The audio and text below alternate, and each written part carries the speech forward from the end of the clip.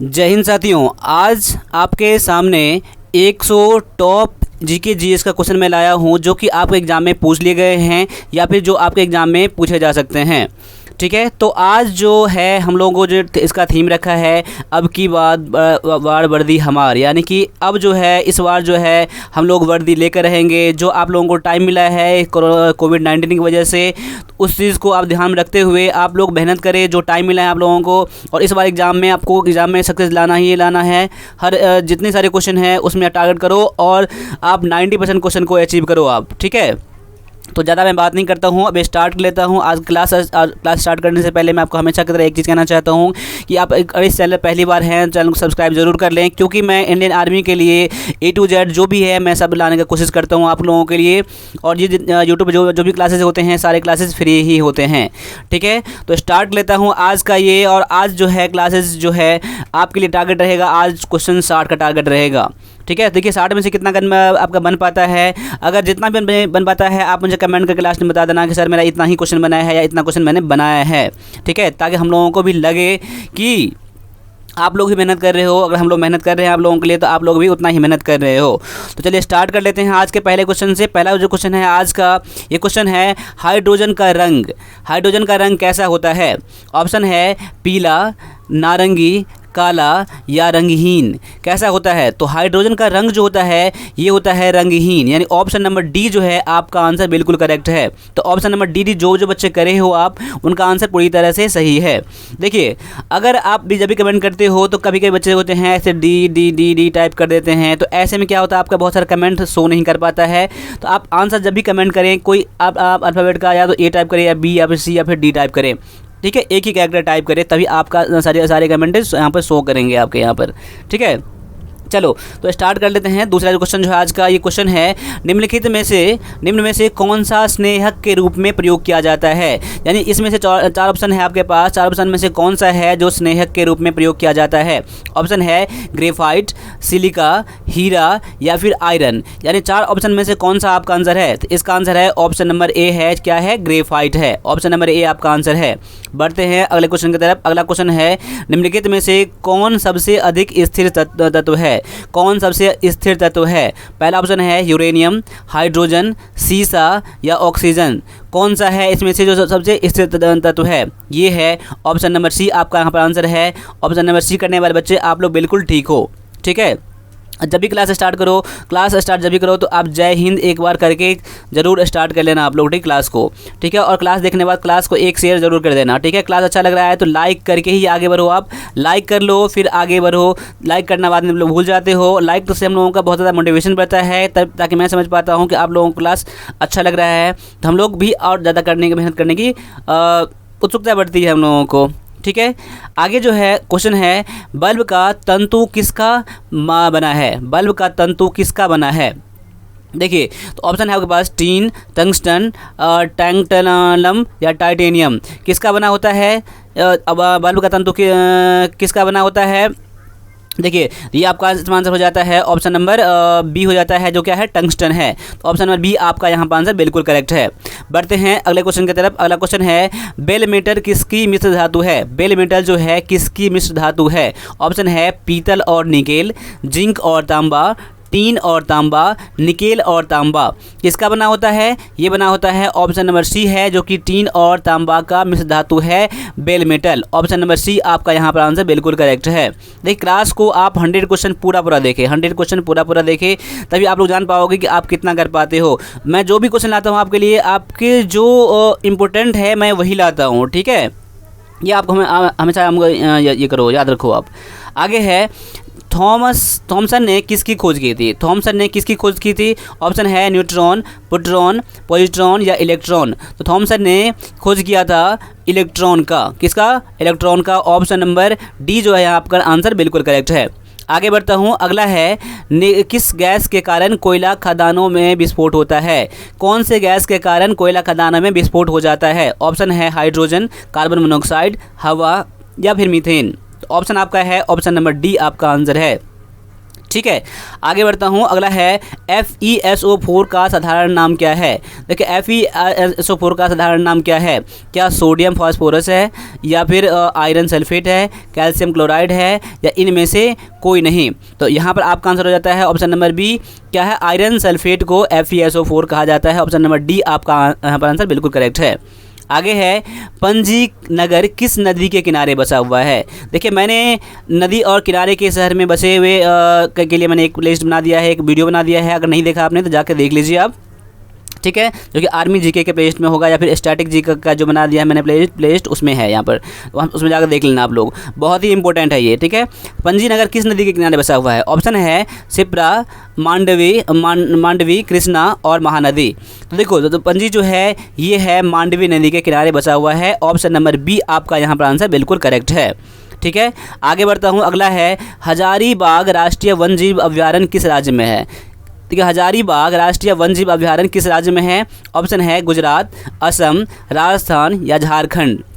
तो कौन से राज्य में है, ये है झारखंड में। कहाँ पर है, झारखंड में है। हजारीबाग राष्ट्रीय वन्यजीव अभयारण्य कहाँ पर है, तो ये झारखंड में है। झारखंड नंबर जो है ऑप्शन आपका आंसर बिल्कुल करेक्ट है।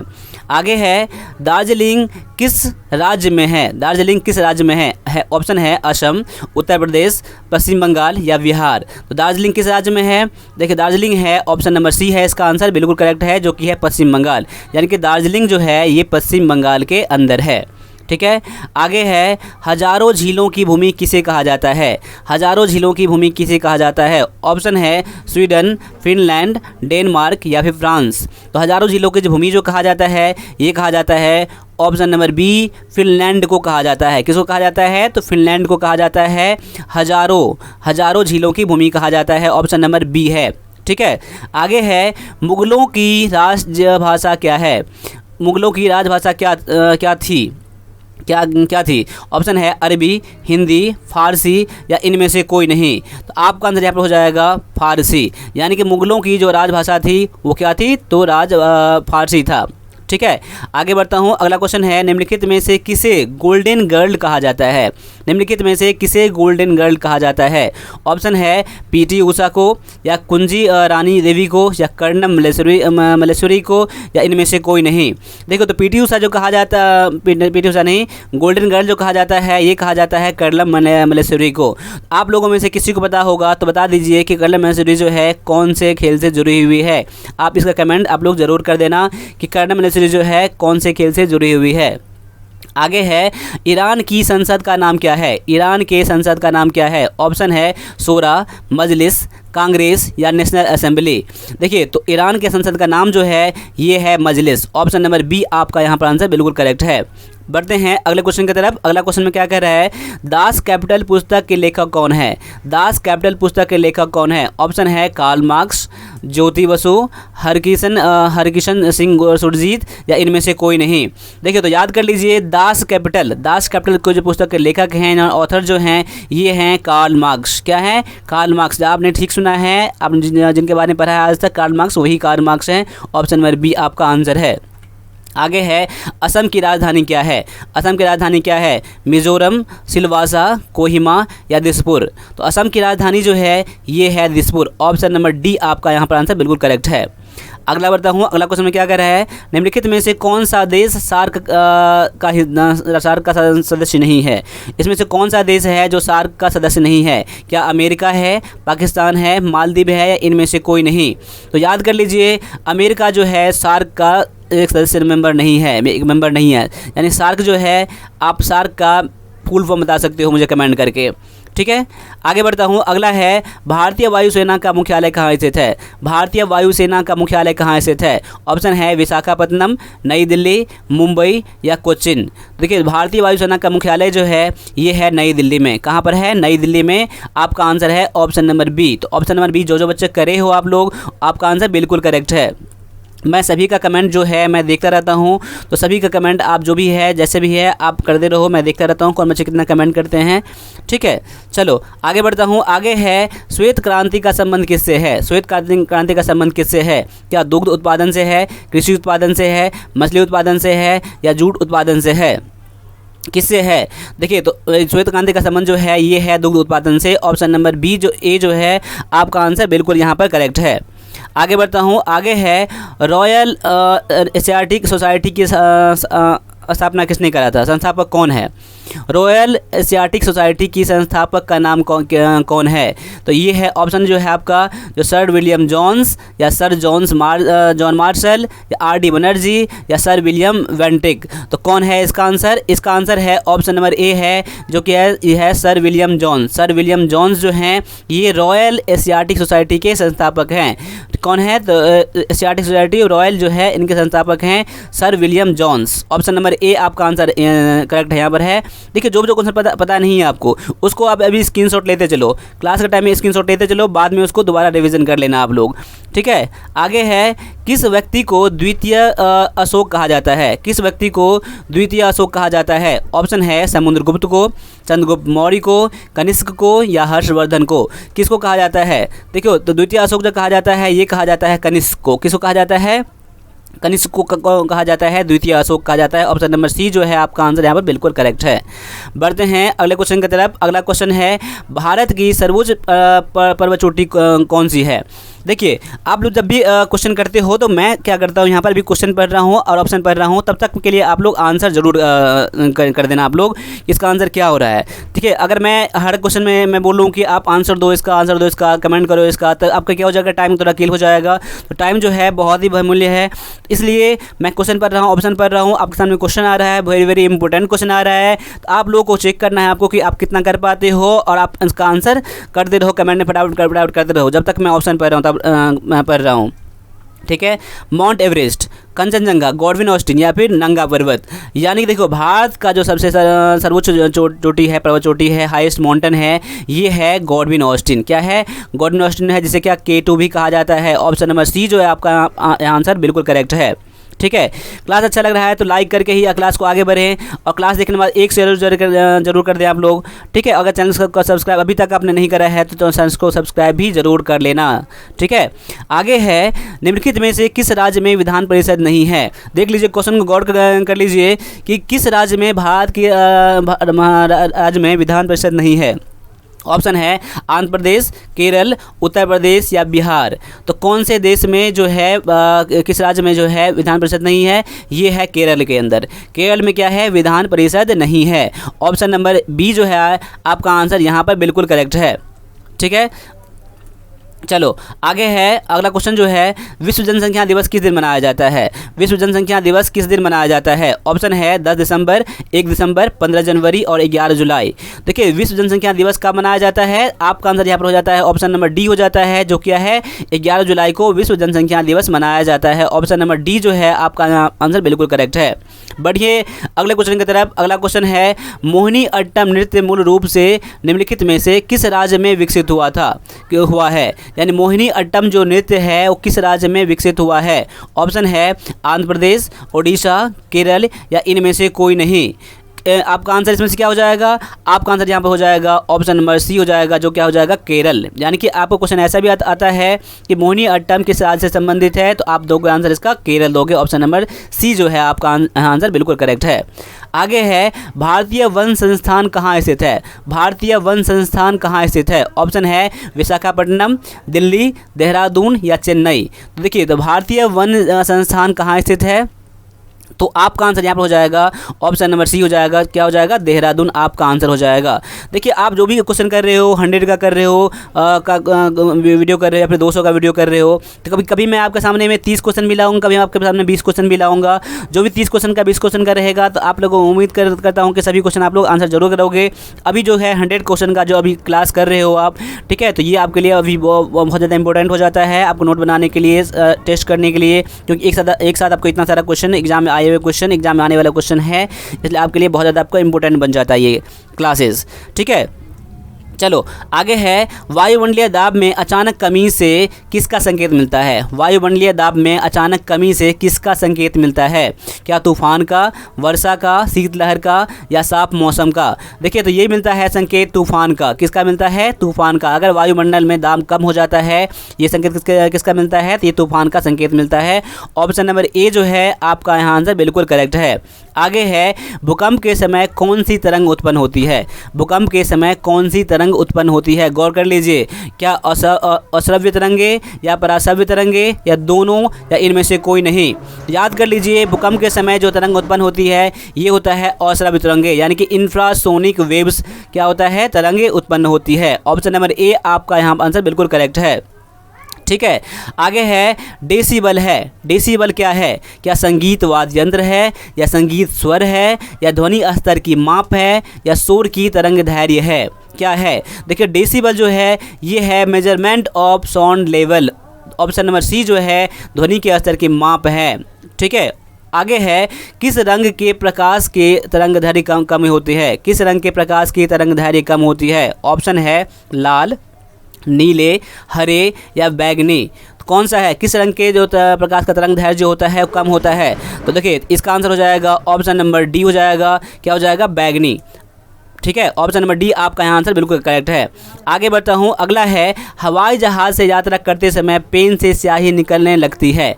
क्यों निकलने लगती है? जब भी हम लोग हवाई से यात्रा करते हैं जो हमारा पेन का जो स्याही होता है वो निकलने लगता है। क्यों होता है ऐसा? क्या वायुदाब में कमी होने के कारण या वायुदाब में वृद्धि होने के कारण या स्याही के आयतन में वृद्धि के कारण या अत्यधिक भार के कारण? क्या होता है? इसका रीज़न होता है ऑप्शन नंबर ए जो है आपका आंसर बिल्कुल करेक्ट है। क्या होता है? वायु दाब में कमी के कारण। ठीक है, क्योंकि due to less atmospheric pressure. Option number A जो है आपका आंसर यहाँ पर बिल्कुल करेक्ट है। आगे है, सीमेंस। सीमेंस किसका मात्रक है? सीमेंस किसका मात्रक है? क्या चालकता का मात्रक है या प्रतिरोधकता का मात्रक है, ऊंचाई का है या समुद्री दूरी का है? देखिए सीमेंस याद कर लीजिए, ये है चालकता का मात्रक है। ऑप्शन नंबर ए जो है आपका आंसर यहाँ पर बिल्कुल करेक्ट है। आगे है, भाप के इंजन की खोज किसने की? भाप के इंजन की खोज किसने की? ऑप्शन है थॉमस सेवरी या जेम्स वाट या रिचर्ड आर्चराइट या एस स्कॉट।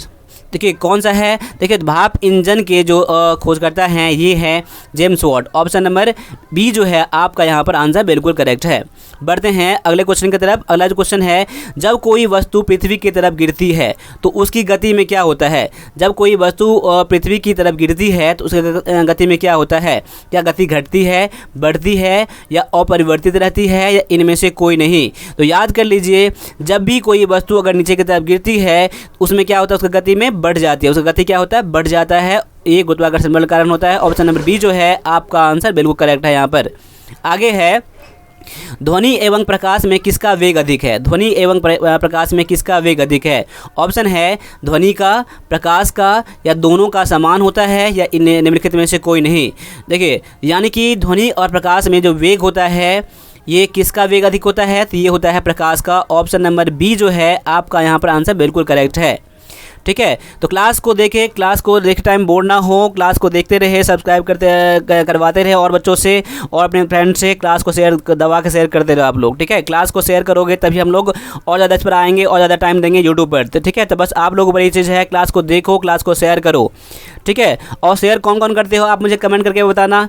शेयर कौन कौन करते हो और शेयर कहाँ कहाँ करते हो मुझे बताना। क्या फेसबुक को शेयर करते हो, क्या टेलीग्राम में शेयर करते हो या फिर व्हाट्सएप में शेयर करते हो या कैसे शेयर करते हो? आप मुझे कमेंट करके ये बता दो कि आप क्लास को शेयर कैसे करते हो, तो मैं जान पाऊँगा कि आप क्लास को ज़रूर शेयर करते होगे।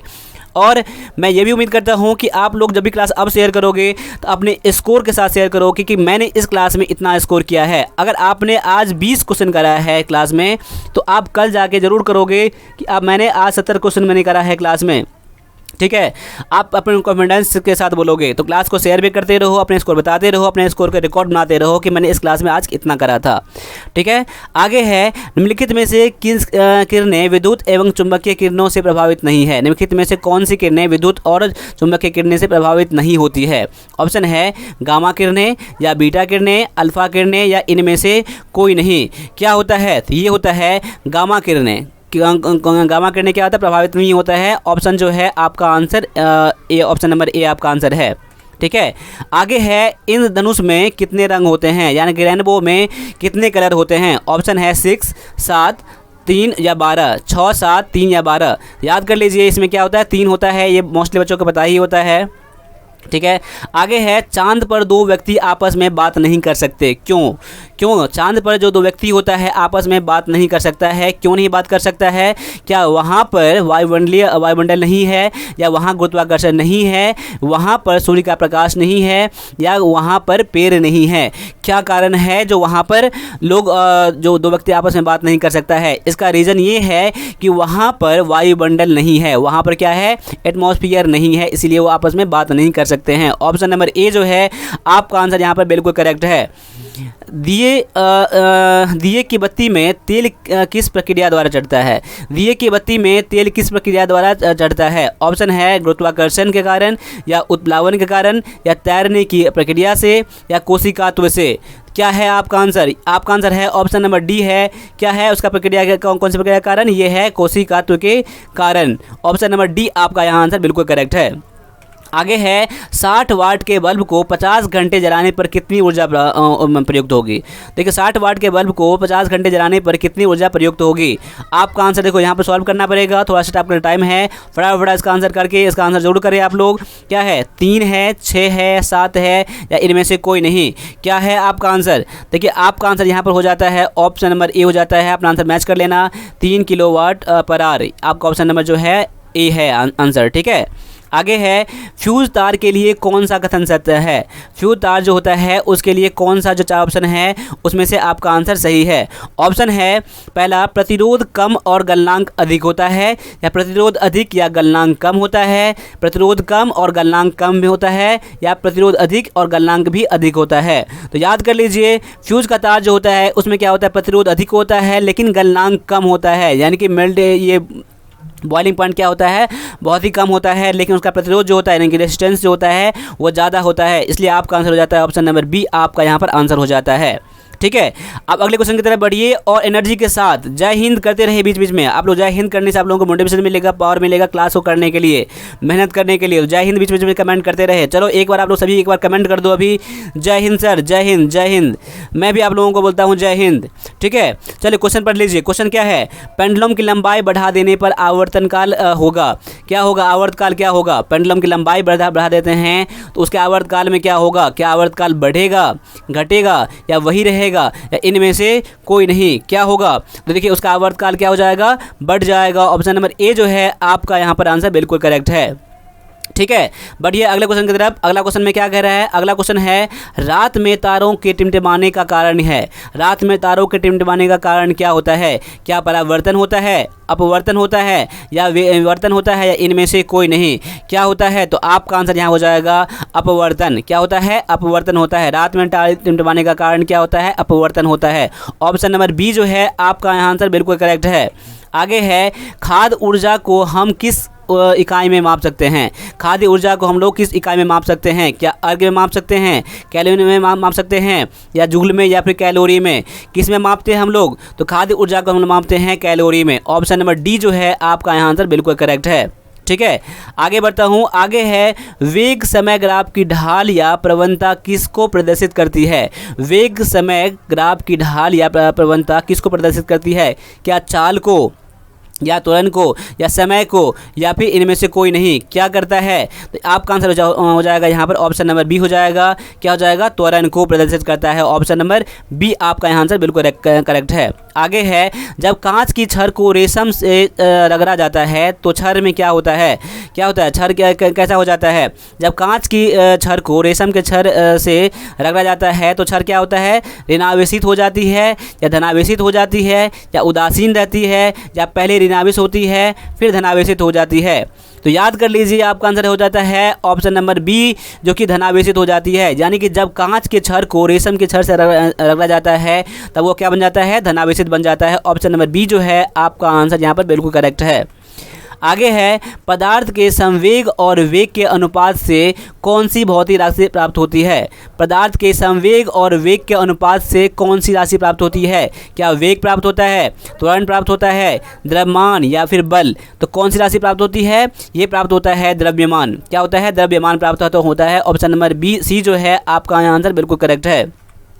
आगे है, दो विद्युत आवेश के बीच लगने वाले बल संबंधित है। क्या होता है? दो विद्युत आवेश के बीच लगने वाले बल से क्या संबंधित है? ऑप्शन है एम्पियर के नियम, कूलॉम का नियम या फैराडे का नियम या ओम का नियम। क्या होता है? तो आपका आंसर हो जाता है ऑप्शन नंबर बी हो जाता है। क्या होता है? दो विद्युत आवेश के बीच लगने वाले बल क्या होता है? कूलॉम के नियम से संबंधित होता है। आपको नोट कैसे बनाना है? ऐसे, दो विद्युत आवेश के बीच लगने वाले बल कूलॉम के नियम से संबंधित होता है। ऑप्शन नंबर बी जो है आपका यहाँ पर आंसर बिल्कुल करेक्ट है। रडार का उपयोग किस लिए किया जाता है? रडार का उपयोग किस लिए किया जाता है? सौर विकिरण का पता लगाने के लिए किया जाता है, जहाज़ों वायुयानों को ढूंढना या मार्ग निर्देश के लिए किया जाता है, या ग्रहों को देखने के लिए किया जाता है, या भूकंप की तीव्रता को पता करने के लिए किया जाता है? तो याद कर लीजिए, रडार का जब प्रयोग किया जाता है ये किया जाता है जहाज़ वायुयान को ढूंढने और मार्ग निर्देश करने के लिए। ऑप्शन नंबर बी जो है आपका यहाँ आंसर बिल्कुल करेक्ट है। अगला क्वेश्चन है, ऊर्जा है यार, ऊर्जा क्या है? क्या किया गया कार्य ऊर्जा है, या कि कार्य करने की दर को ऊर्जा कहते हैं, या कार्य करने के लिए प्रयोग वस्तु की क्षमता के ऊर्जा है, या शक्ति? ऊर्जा क्या है? ऊर्जा क्या है? ऊर्जा एक किया गया कार्य है। वर्क डन क्या है? एक ऊर्जा है। ऑप्शन नंबर ए जो है आपका आंसर बिल्कुल करेक्ट है। अगला है, किसी तार में से वोल्टेज तथा धारा का अनुपात क्या कहलाता है? किसी तार में से वोल्टेज तथा धारा का अनुपात कहलाता है। क्या कहलाता है? तो आपका यहाँ आंसर हो जाता है ऑप्शन नंबर जो पहला है इसका, चालकता, प्रतिरोध, विद्युत शक्ति या इनमें से कोई नहीं। क्या होता है? तो ये होता है प्रतिरोध। क्या होता है? प्रतिरोध। ऑप्शन नंबर बी जो है आपका यहाँ आंसर बिल्कुल करेक्ट है।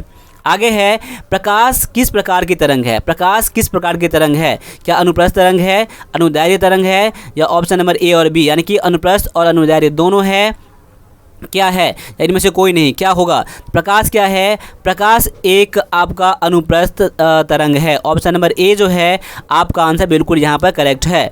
आगे है, मैनोमीटर के द्वारा किसकी माप की जाती है? मैनोमीटर के द्वारा किसकी माप की जाती है? क्या वायु दाब के माप की जाती है, गैसों के दाब का माप की जाती है, द्रवों का घनत्व है, या फिर सतह पर लेवल का दबाव है? क्या है? किसकी माप की जाती है?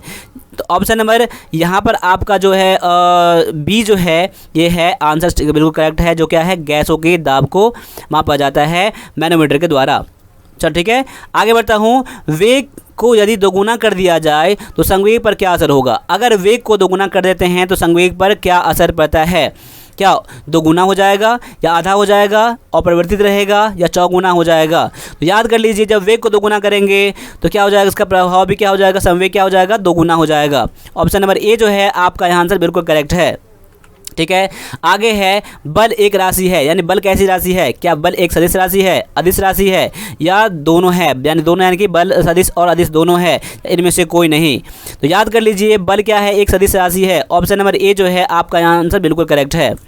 आगे है, पृथ्वी की सतह से पलायन वेग। पृथ्वी की सतह से पलायन वेग चंद्रमा की सतह के बराबर होती है, या चंद्रमा की सतह से अधिक होती है, या चंद्रमा की सतह से कम होता है, या सूर्य की सतह से के समान होता है? क्या होता है? इसका आंसर हो जाता है ऑप्शन नंबर बी हो जाता है, यानी पृथ्वी की सतह से पलायन वेग चंद्रमा की सतह से अधिक होता है। ऑप्शन नंबर बी जो है आपका आंसर बिल्कुल करेक्ट है।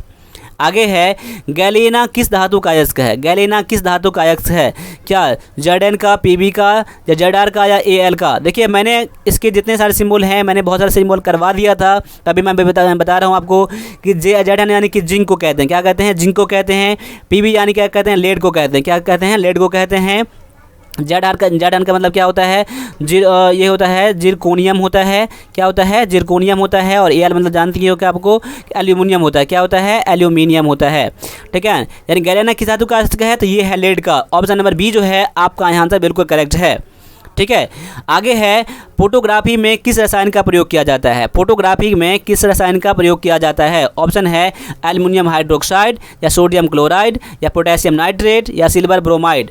किसका प्रयोग किया जाता है? ये किया जाता है सिल्वर ब्रोमाइड का। ऑप्शन नंबर डी जो है आपका आंसर यहाँ पर बिल्कुल करेक्ट है। आगे है हीरे और ग्रेफाइट किसके अपरूप हैं? हीरे और ग्रेफाइट किसके अपरूप हैं? सल्फर का या नाइट्रोजन का या हाइड्रोजन का या कार्बन का? तो याद कर लीजिए, ये जो है हीरे और ग्रेफाइट किसका रूप है? ये है कार्बन का। ऑप्शन नंबर डी जो है आपका आंसर यहाँ बिल्कुल करेक्ट है। आगे है क्वार्ट्ज का रासायनिक नाम क्या है? क्वार्ट्ज का रासायनिक नाम क्या है? क्या कैल्शियम फॉस्फेट है या सोडियम ऑक्साइड है या कैल्शियम ऑक्साइड है या सोडियम फॉस्फेट है? तो याद कर लीजिए, क्वार्ट्ज का जो रासायनिक नाम है ये है sodium oxide. Option number B जो है आपका आंसर यहाँ पर बिल्कुल करेक्ट है। ठीक है। आगे है निम्नलिखित में से तत्व यूरिया में मौजूद है। निम्नलिखित में से तत्व यूरिया में मौजूद है क्या? ऑप्शन नंबर ए जो है क्या है? कार्बन हाइड्रोजन और ऑक्सीजन, कार्बन नाइट्रोजन और ऑक्सीजन, कार्बन नाइट्रोजन और हाइड्रोजन, कार्बन ऑक्सीजन नाइट्रोजन और हाइड्रोजन। क्या है? निम्नलिखित में से यूरिया में जो प्रयोग होता है ये पाया जाता है, ये पाया जाता है कार्बन भी पाया जाता है, ऑक्सीजन भी, नाइट्रोजन भी और हाइड्रोजन भी पाया जाता है। ऑप्शन नंबर डी जो है आपका आंसर यहाँ पर बिल्कुल करेक्ट है। आगे है हैबर विधि द्वारा किस गैस का निर्माण किया जाता है? हैबर विधि द्वारा किस गैस का निर्माण किया जाता है? क्या अमोनिया का, क्लोरीन का या हाइड्रोजन का या इनमें से कोई नहीं? यानी कि हैबर विधि द्वारा जो गैस का प्रयोग किया जाता है, निर्माण किया जाता है, ये किया जाता है अमोनिया का। ऑप्शन नंबर ए जो है आपका आंसर यहाँ पर बिल्कुल करेक्ट है। ठीक है। तो क्लास अच्छा लग रहा है तो क्लास को पूरा देखें, क्लास को लास्ट तक देखें आप लोग। ठीक है। आगे है कार्बन टेट्राक्लोराइड का रासायनिक सूत्र क्या है? कार्बन टेट्राक्लोराइड का रासायनिक सूत्र क्या है? याद कर लीजिए, कार्बन टेट्राक्लोराइड का रासायनिक सूत्र क्या है, यानी कि केमिकल नेम क्या है इसका? पहला ऑप्शन है CaL2 या CaO या Cu2O या CCl4। क्या है? कार्बन टेट्राक्लोराइड का रासायनिक सूत्र जो होता है ये होता है CCl4 होता है। ऑप्शन नंबर डी जो है आपका यहाँ आंसर बिल्कुल करेक्ट है। आगे है निम्नलिखित गैसों में से कौन सी हवा से हल्की है? निम्नलिखित गैसों में से कौन सा गैस जो है हवा से भी हल्का होता है? ऑप्शन है कार्बन डाइऑक्साइड या ऑक्सीजन, अमोनिया या फिर क्लोरीन। क्या होता है? इसका जो आंसर है आपका सामने जो है ये है गैसों का जो सबसे गैसों में जो हवा से भी हल्की होती है। ऐसा कौन सा गैस है जो हवा से हल्की होती है? ये होता है अमोनिया। क्या होता है? अमोनिया जो होता है ये हवा से हल्की गैस होती है। ऑप्शन नंबर सी जो है आपका आंसर बिल्कुल करेक्ट है। ठीक है। आगे है अस्थायी कठोरता किसके द्वारा निर्मित होती है? अस्थायी कठोरता किसके द्वारा निर्मित होती है? क्या Na और K के सल्फेट या Mg और Ca के सल्फेट यानी कि मैग्नीशियम और कैल्शियम के सल्फेट या मैग्नीशियम और कैल्शियम के बाइकार्बोनेट या उपरोक्त में से कोई नहीं? क्या है आपका आंसर यहाँ पर? क्या है? देखिए आपका आंसर यहाँ पर हो जाएगा ऑप्शन नंबर बी हो जाएगा। क्या हो जाएगा? मैग्नीशियम और कैल्शियम के सल्फेट। ऑप्शन नंबर बी आपका यहाँ आंसर बिल्कुल करेक्ट है। आगे बढ़ता हूँ। आगे क्या है? इथेन का सूत्र क्या है? इथेन का सूत्र क्या है? इथेन का सूत्र क्या है? पहला ऑप्शन है C2H6 या C2H4 या CH4 या C6H6। क्या है? तो आपका आंसर यहाँ हो जाएगा ऑप्शन नंबर ए हो जाएगा। क्या हो जाएगा? C2H6 आपका आंसर हो जाएगा। ऑप्शन नंबर ए आपका आंसर यहाँ पर है। ठीक है। आगे बढ़ता हूँ। अगला है डबल रोटी को फुलाने में कौन सी गैस इस्तेमाल की जाती है? डबल रोटी को फुलाने में कौन सी गैस का इस्तेमाल किया जाता है? क्या ऑक्सीजन का इस्तेमाल किया जाता है, कार्बन मोनोऑक्साइड का इस्तेमाल किया जाता है या कार्बन डाइऑक्साइड का या इनमें से कोई नहीं? तो याद कर लीजिए, डबल रोटी को फुलाने के लिए कार्बन डाइऑक्साइड का प्रयोग किया जाता है। ऑप्शन नंबर सी जो है आपका यहाँ आंसर बिल्कुल करेक्ट है। आगे है क्विक लाइम का सूत्र क्या है? क्विक लाइम का सूत्र क्या है? ऑप्शन है CaCO3 या फिर NaOH या CA4 या CaO या फिर CaCl2। क्या है? आपका आंसर यहाँ पर है। देखिए क्विक लाइम का सूत्र जो है, अब क्विक लाइम का सूत्र जो है ये है CaO। आपका आंसर यहाँ पर है। ऑप्शन नंबर सी आपका यहाँ पर आंसर है। आगे बढ़ता हूँ। आगे है बेरियम का रासायनिक सूत्र प्रतीक क्या है? बेरिलियम का रासायनिक सूत्र क्या, रासायनिक नाम क्या है बेरिलियम का? देखिए तो बेरिलियम का जो आपका पहला ऑप्शन है ये Ba। BA यानी कहते हैं इसको BR या BL या फिर BE। तो क्या है, देखिए तो BA को पहले कहते हैं क्या, BA को कहते हैं बेरियम, क्या कहते हैं, बेरियम कहते हैं। और BR को क्या कहते हैं, इसको कहते हैं ब्रोमीन, क्या कहते हैं, ब्रोमीन को। और और देखिए आप कमेंट करके ये बता दीजिए इसको क्या कहते हैं। और आपका आंसर यहाँ पर हो जाता है BE यानी कि ये है बेरिलियम। ऑप्शन नंबर डी जो है आपका आंसर बिल्कुल करेक्ट है। तो आप मुझे इसका कमेंट करें इसको क्या कहते हैं, बाद में मैंने दोनों को बता दिया है।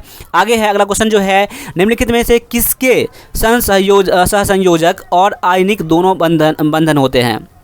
निम्नलिखित में से किसके सहसंयोजक और आयनिक दोनों बंधन होते हैं। ऑप्शन है CCl4। देखिए इसके लिए मैंने बता दिया था कुछ देर पहले ही इसको क्या कहते हैं, इसको क्या कहते हैं, लेकिन तभी मैं फिर से बता दे रहा हूँ इसको। अभी आपने जस्ट पढ़ा था, आपने क्या पढ़ा था, तो कार्बन टेट्राक्लोराइड पढ़ा था, carbon tetrachloride TETRA chloride, tetrachloride, ठीक है। NaCH4 को क्या कहते हैं, अमोनियम क्लोराइड, अमोनियम क्लोराइड कहते हैं, क्या कहते हैं, क्लोराइड कहते हैं, ठीक है। और CaCl2 को क्या कहते हैं, कैल्शियम क्लोराइड कहते हैं, क्या कहते हैं, कैल्शियम क्लोराइड कहते हैं, क्लोराइड, ठीक है। और H2 को तो जानते हैं आप लोग, वाटर कहते हैं, क्या कहते हैं, वाटर कहते हैं। तो आपका आंसर यहाँ पर आंसर क्या है, जो सहसंयोजक बंध दोनों में और आयनिक बंध किस में होते हैं, तो ये होता है अमोनियम क्लोराइड में होता है। ऑप्शन नंबर B जो है आपका आंसर बिल्कुल करेक्ट है। आगे बढ़ता हूँ, अगला है न्यूट्रॉन का द्रव्यमान कितना होता है। न्यूट्रॉन का द्रव्यमान कितना होता है, देखिए तो इसका आंसर आप डायरेक्टली आप नोट कर लेना, आप मैच कर लेना कि इसका ऑप्शन में आंसर B जो ऑप्शन नंबर B है, जो कि 1.67 × 10⁻24 ग्राम होता है। ऑप्शन नंबर B जो है आपका आंसर बिल्कुल करेक्ट है। तो अपना आंसर से इसका मैच कर लिया आप लोग, ठीक है। आगे है, निम्नलिखित में से किस धातु का उपयोग कैंसर के उपचार में किया जाता है। निम्नलिखित में से किस धातु का उपयोग कैंसर के उपचार में किया जाता है। ऑप्शन है कोबाल्ट या इंडियम या थोरियम या कैंडियम, तो कैडमियम।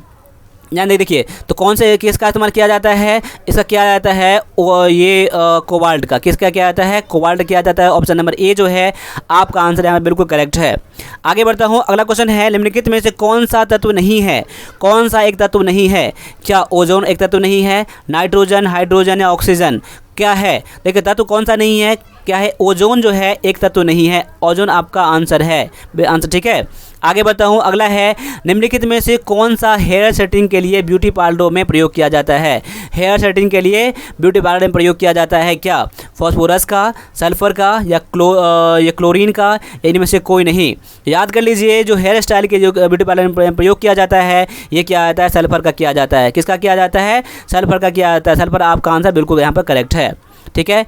आगे है, ट्रांजिस्टर बनाने के लिए कौन से दो तत्व का उपयोग किया जाता है। ट्रांजिस्टर बनाने के लिए कौन सा दो तत्व का प्रयोग किया जाता है। क्या बोरान और एल्युमिनियम का, बोरान यानी कि बोरोन और एल्युमिनियम का, सिलिकॉन और जर्मेनियम का, या इरिडियम या टंगस्टन का, या इनमें से कोई नहीं। याद कर लीजिए, ट्रांजिस्टर में क्या होता है, सिलिकॉन होता है ना, तो सिलिकॉन और जर्मेनियम का प्रयोग किया जाता है। ऑप्शन नंबर B जो है आपका आंसर बिल्कुल करेक्ट है, ठीक है। आगे है, CaSO4 का साधारण नाम क्या है, CaSO4 का केमिकल नाम क्या है और नॉर्मल नाम क्या है। कैल्शियम ब्रोमाइड है या आयरन सल्फेट है या कैल्शियम साइनाइड है या कैल्शियम सल्फेट है, क्या है आपका आंसर। तो आपका आंसर है CaSO4 को क्या कहते हैं, तो कैल्शियम सल्फेट कहते हैं। ऑप्शन नंबर D जो है आपका आंसर यहाँ बिल्कुल करेक्ट है। आगे है, भारतीय संविधान में कितने अनुसूची हैं, भारतीय संविधान में कितने अनुसूची हैं। देखिए मोस्ट इंपोर्टेंट क्वेश्चन है, इसमें है 12, कितने हैं, 12 है। आपका आंसर ऑप्शन नंबर C जो है आपका आंसर बिल्कुल करेक्ट है।